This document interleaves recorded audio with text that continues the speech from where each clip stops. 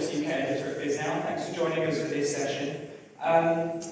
So climate change, that's obviously an existential risk for humanity, a big challenge. It's a big challenge for journalism as well, in terms of how we report on it and how we cover it. I know personally, I find when we're sort of covering kind of climate issues, finding data, understanding data is a big challenge for journalists, and I'm sure a lot of you are writing about it more and also finding that in your reporting as well. Finding good data and accurate data is interesting, it is a big challenge, but also understanding it and translating it for our readers and passing that information on to them in a way that they can understand, that presents the challenges and also the opportunities and the solutions for climate change. It's something that I think is going to be a major role for journalists in the future, and something that we're sort of dealing with every week at Bisnow. And in terms of that, how that's affecting the real estate industry, both commercial and residential, we've got a fantastic speaker to take us through some of those challenges and threats for real estate in the US. So that's John Rogers from CoreLogic. So he's going to give a presentation and take some questions at the end. So give John a big round of applause. Thank you.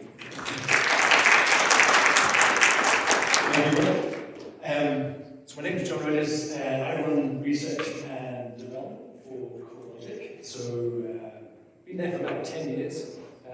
Moved to America from Scotland, so I've been absolutely an amazing time. So thank you for taking me in. So today I'm going to touch on a few things. Climate, obviously, as Mike was relaying there, it can feel sometimes abstract. It can feel it's hard to understand the impacts of climate change. So really at CoreLogic we've used best-in-class data science and technology to be actually able to measure the impact of climate change on the real estate economy. So really we've produced an analytic that measures, models, and mitigates the financial impact of climate change. Initially up to the year 2050. You can think about that 30 years, that's probably a sweet spot to understand. Just a couple of minutes on myself and CoreLogic, if you're not as familiar. I've been in the data analytics technology business for coming up to 30 odd years. I worked in the Far East, Middle East, all over Africa, all over Europe, and now the Americas. So I'm very fortunate in that respect. A little bit about CoreLogic. If you're not aware, we support CoreLogic helps you and I find, buy, and protect our biggest asset, which is our property, our home. So we support 1.4 of the 1.6 million realtors in North America. We touch about 95% of all loans through the origination and servicing. And just a touch under that number in the insurance space in terms of how we underwrite policies and support the claims process. And because of all that, we collect 22,000 data sources. Think about facts when you sign all your documents, all the way through to point cloud data. So think about satellite imagery, air imagery, and drone imagery. Put that all together, you get an amazing view and insights on every single structure actually in the United States, both commercial and residential. So what I'm going to do today is take you through just a little bit of context, talk about what climate risk analytic is, some of the clients that we've been working with in terms of some of the big agencies, the banks and lenders out there, and just talk about some of the research that we've been conducting across the last year or two. Does that sound good? Let's go to the first slide. So context. Just last year, major weather events caused $165 billion worth of losses. That's a big figure. Think about the major wildfire on the western coast of the US, the winter storms across central and eastern US. There was 2 tornadoes, 3 major hurricanes. Hurricane in of itself caused over $100 billion worth of damage. We provide those insights and data to the insurers and to the federal agencies.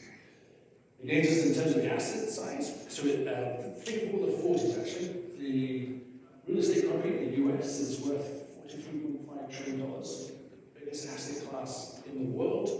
And you think across the industries and sectors that actually contribute contributes 40% in terms of CO2 emissions and 40% in terms of energy usage. So it's probably time for the real estate company really to lean in and actually start making effects and to reduce the effects of climate change over the next few decades. Just a couple of data points. Again, since 43 years ago, 1980, I think I was 8 years old, I think, at that stage. If you look at the number of major weather events just in the US, that caused over $1 billion worth of damage, the average per year is just a touch under 8. Over the last 5 years, that's actually moving towards 18 events causing over $1 billion worth of damage. So that's the data point that we should understand and inspect. I haven't got the chart here, but if you have time, just look at NASA graph CO2. And you can look at the last million years of the carbon density and volume on planet Earth. And it kind of bounces between 220 and 280 parts per million of carbon dioxide. Since 1950, that's only doubled to about 420. So again, just a variable that we have to be conscious of. Okay, so what have we done at CoreLogic? So we've built a predictive model that basically measures, models, mitigates the financial impacts of climate change to every single structure. There's over 200 million structures in the United States. Why is this useful? So we can help, and work with many federal agencies to help shape policy and regulation. We help and support many lenders and banks in terms of understanding their risk profile, their exposure, and how they hedge against that risk. And obviously in the insurance space, we also help many insurers to understand low and high risk properties and how can we strengthen them and incentivize a homeowner to make them more resistant to certain weather events and perils. Just what you actually see there on the graph, obviously blue, green, low risk, orange, red is towards a high risk. And this is the zip code level. And it's, as you can see, this is just actually current day in 2022, 2023. So we can actually, please feel free to join me using the press room afterwards. If you actually want to see a live demo, we can actually simulate by decade what's going to happen to every single property.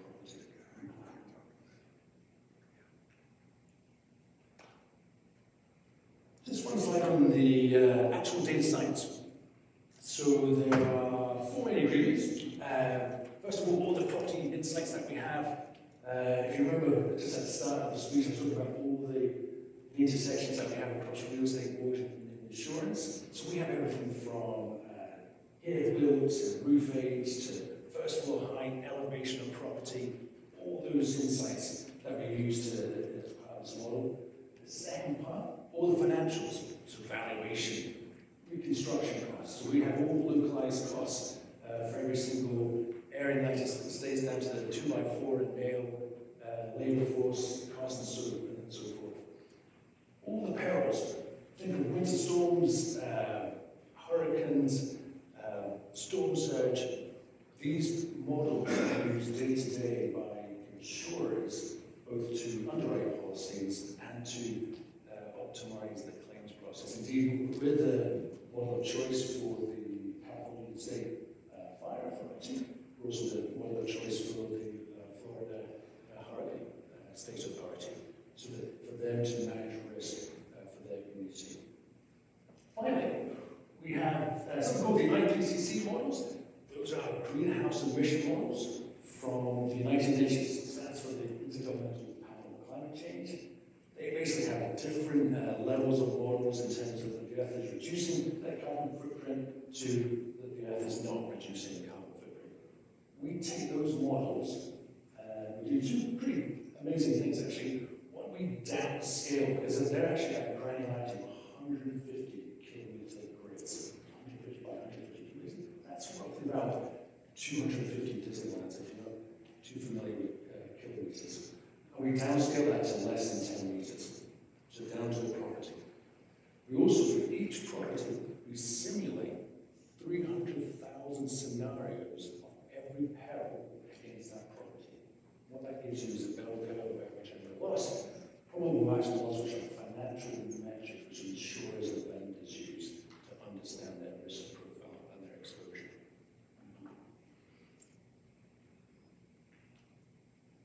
So, I'll go through some examples of what we did.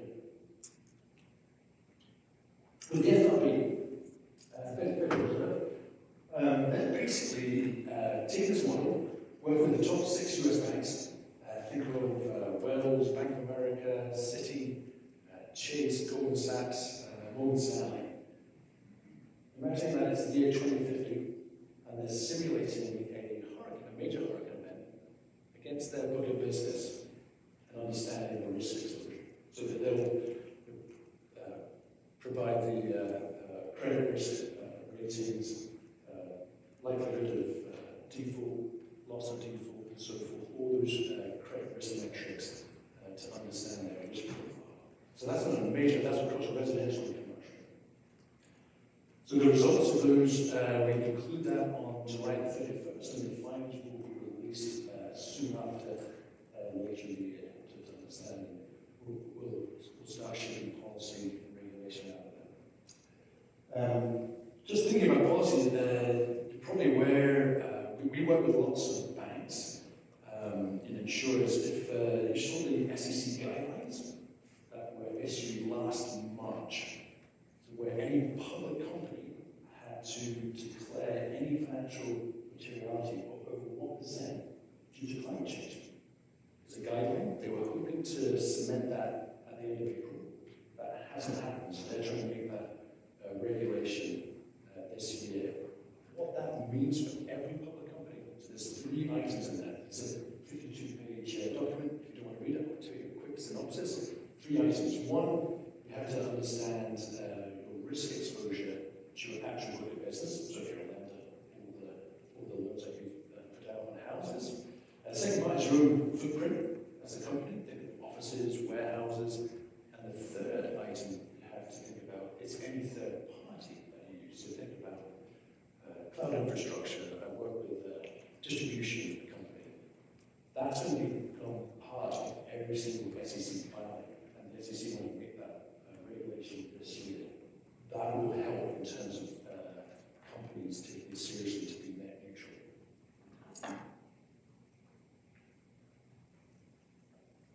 The last 2 slides is just going to touch on some research, just to give you an idea. There's obviously countless areas that we can dive into, but if you think about what this shows, this is the percent change on major metropolitan areas in the United States from today up to the year 2050.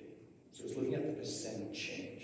The grey bar is all flood peril, so think inland flood, storm surge.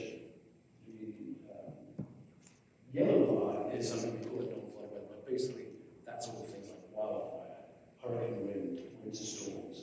So it's interesting that across a lot of the major metropolitan areas, the risk profile goes up between 20 and 30%. Indeed, if you look at this, New York has a higher percent change in terms of flood risk, even compared with something like Miami. Obviously, Miami is high today, but that's an interesting area that we research to understand and work with local and state authorities, local amusement banks, to understand and mitigate risk.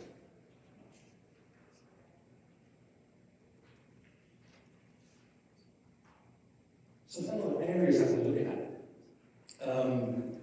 Everything from understanding valuations of houses across time in areas, understanding the rate of delinquencies across areas. Unfortunately, we're seeing a clustering effect of low to moderate income communities gathering towards high-risk areas. Understanding the number of houses that don't have flood insurance, that's unfortunately increasing over time. We recently just released a research piece on Miami. Complete parallel. So in Miami, I think there's about 750,000 homes in Miami. It's worth about $327 billion. It is the hottest market in the US, like about 50 points on average. The investment community there has doubled from pre-pandemic to post-pandemic. Even in that investment community, about just under two-thirds of that community has invested in Miami. Are people who own 3 to 10 houses. And yet, sea level will probably rise by about 1.4 feet by the year 2050, and the frequency and intensity of hurricanes is going up dramatically in that area. So how do we help? And there's new ordinance, rule regulations coming out of Florida with as a buying selling homes, you have to have a 5-foot seawall. That's going into regulation now. You have risk rating 2.0, which is a new model to help protect homeowners in the Florida state. So we are doing things about it. And some of the key points here is, once you can measure something with a financial number, it's amazing how that can help both government, insurers, investors, lenders, and actually make a difference.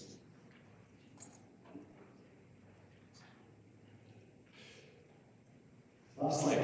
I thought I'd try and end on a bit more of a bright to appreciate some of this in terms of understanding risk profiles across the United States. If you look at the United States, if you think about that risk rating, that climate risk rating, it's a score from 1 to 100, 1 being low, obviously 100 being high. There's 124 counties with a risk rating of 1. There's about just over 3,200 counties that are in the US. They're spread across about 20 states. The safest place in the United States is McKinney County in New Mexico. Does anyone know what McKinney County is famous for? I'll give you a prize if you do.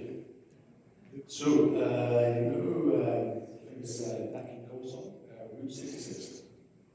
So, the main town there, the main city is Gallup, which is in that song, Gallup, New Mexico. So, also covered by guys like Rolling Stones, Chuck Berry, my favorite band is National.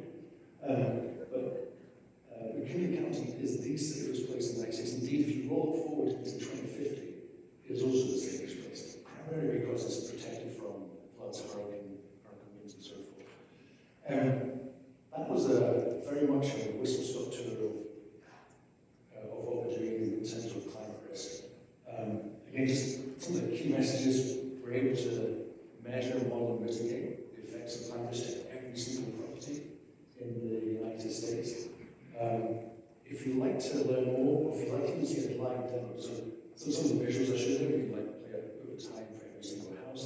If you'd like to understand the risks in your own house, please give me a shout. And that concludes today's session on climate risk. Should I take questions now, or should I go to the Yes. Sign up here, but can you just check on the spelling? No worries. John, why don't you take a few questions here? How many on the coast have the highest aggregate risk, and which markets we expect to? You know, we've just did some research on the 10 most riskiest counties. I can't remember off the top of my head the counties, but we can get that to you. But yes, we literally have a battle over every 3,200 counties, and then we get a battle over all 200 structures and play over time and understand what's the issues. Yes, the potential back. Where is the riskiest county? I'm trying to remember the riskiest county. Can you remember the riskiest county?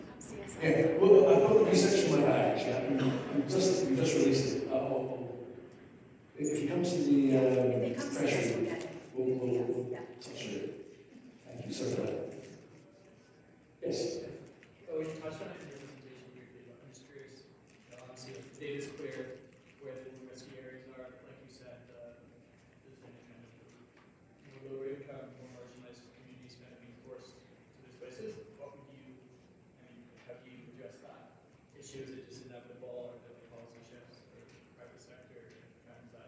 So we're beginning to work with a lot of the federal agencies in the housing area.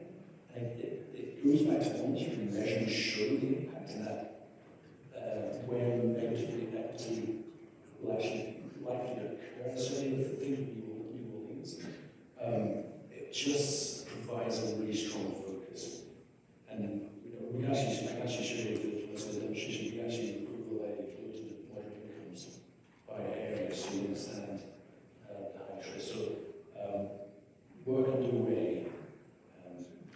But yeah, it's good that if you provide a financial measure to an agency or an insurer or a lender, I think it drives up the behavior sense. Good question.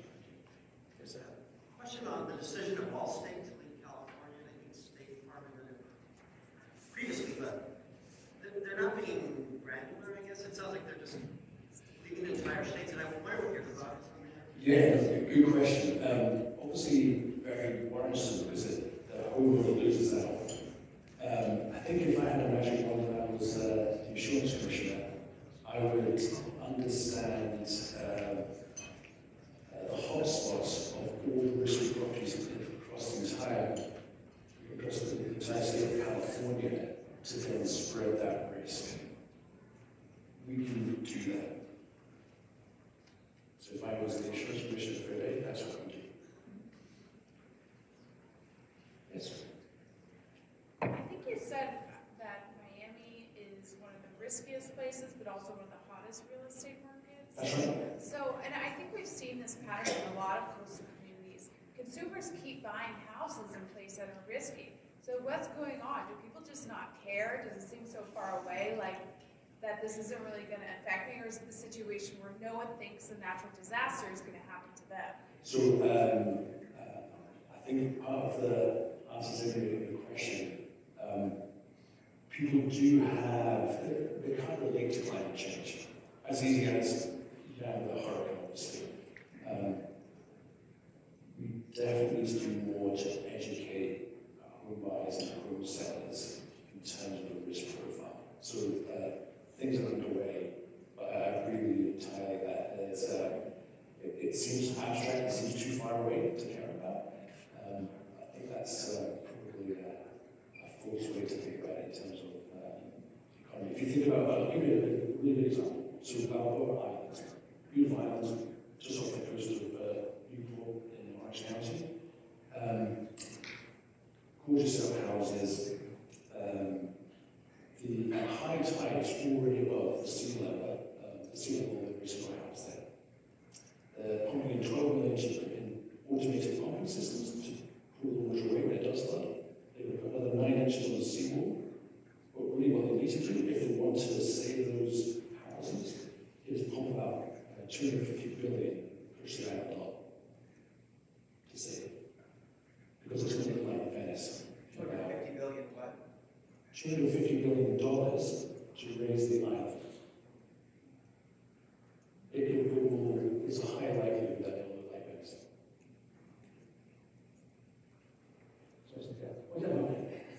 So it's kind of a follow-up question to the last one, actually. So when you're engaging with sort of clients and people that use the data, what do you find is most effective in kind of making that risk tangible and less abstract? Is it facts and figures? Is it maps? Is it pictures? Is it telling stories?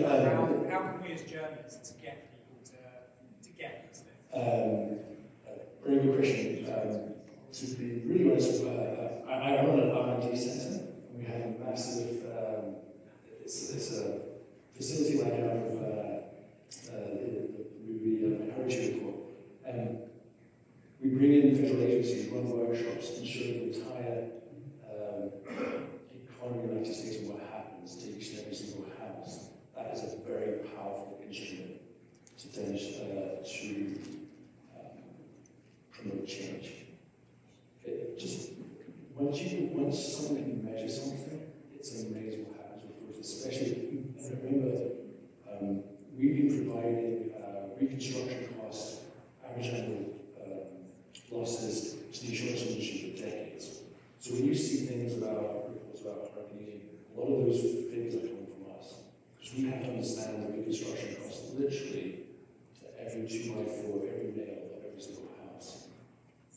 Because as an insurer, I'm going to make financial decisions about my company with that data. So this has been tried and tested.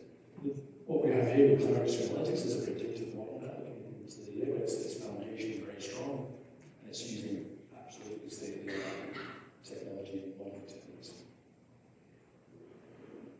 Yes? What about preservation in coastal cities given sea level rise? What's the solution there? So,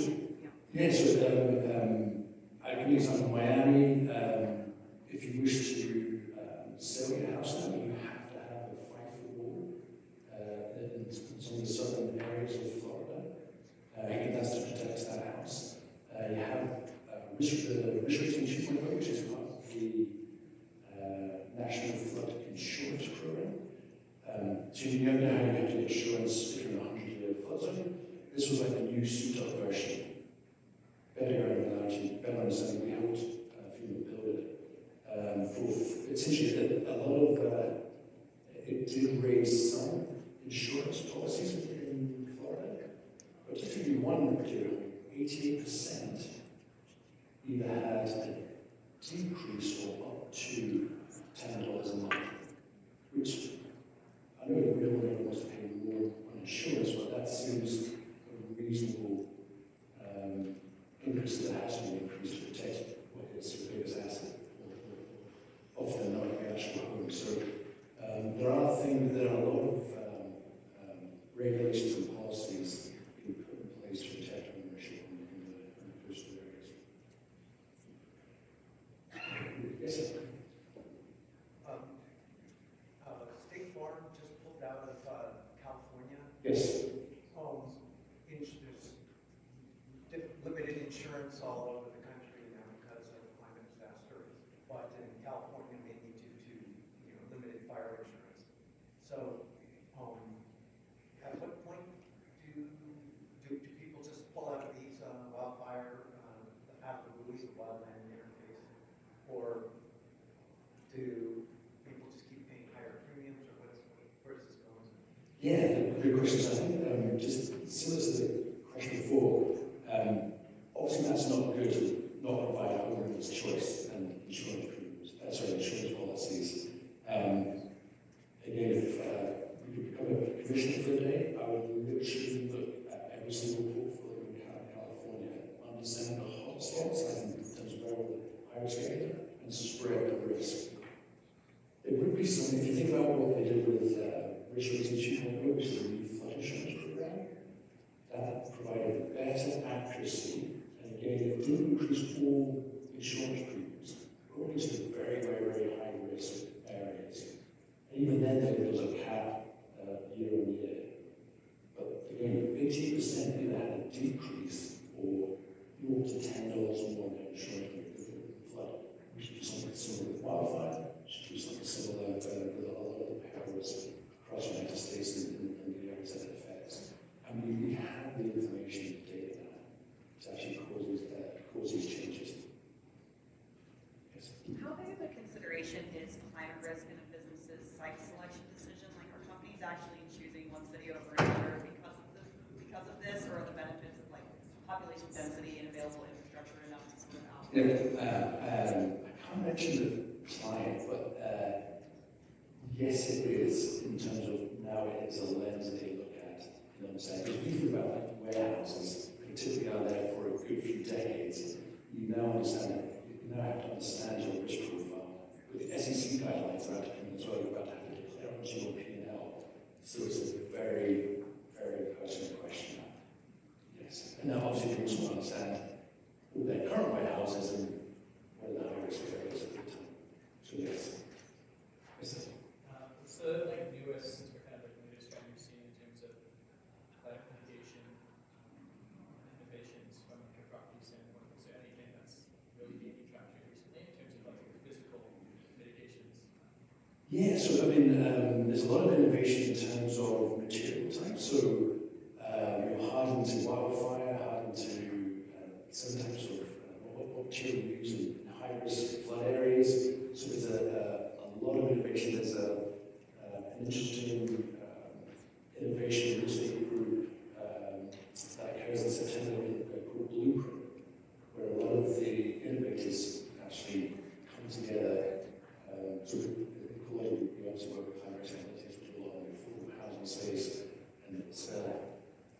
That's where we all go to hang out and exchange ideas. It's in September. Oh, sorry, yes. Are there any examples of cities that you've studied or looked at that have climate change right, or that have looked at climate change preparations in a way that can actually be protective and isn't just, we need to raise our harbor 5 feet and pay billions of dollars? A lot of the things put in place allows us to delay and buys us time. Like when we put together like the management of the seawall, it's just buying us time. So I would say it's pretty small numbers, but overall not extensively, unfortunately. But I think if you get the regulations and policies in place, that will drive the right behaviors at a macro scale. When you talk about homeownership and what the homeowner can do, it's educating them to understand that it's worthwhile to deliver real estate for different types of material for homes and wildfire, as an example. That takes education. I would say that as a society, we haven't done a good enough job in providing those insights to you guys, to home buyers, in an easy, digestible manner. But it's coming, it's definitely coming. Thank you so much for your time, and I'll be here with this, so please feel free to